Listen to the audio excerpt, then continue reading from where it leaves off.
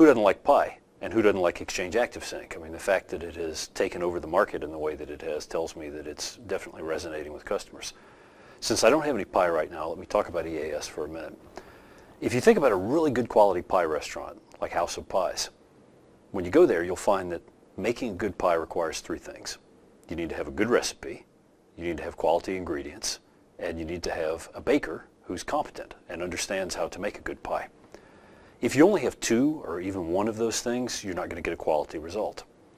So Exchange ActiveSync also has three components or three prerequisites. The first is that there's a protocol defined by Microsoft. So when we talk about the EAS protocol, that refers to a set of documents that Microsoft built that tell anybody who wants to write an EAS implementation what they may do, what they must not do to follow that protocol spec. Then there's a server that implements that protocol, or at least implements the server side of it, so that when it receives requests from a client, it can do the right thing.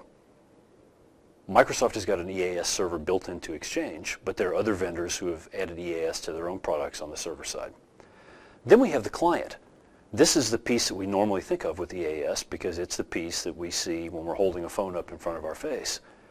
But the fact of the matter is that if you look at the history of Exchange ActiveSync, most of the problems and flaws that people have run into have been with implementation on the client, not on the server side and not in the protocol itself.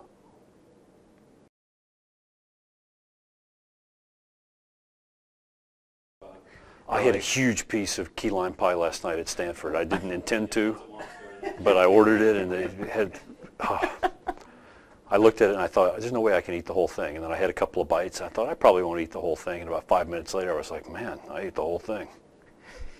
It is good.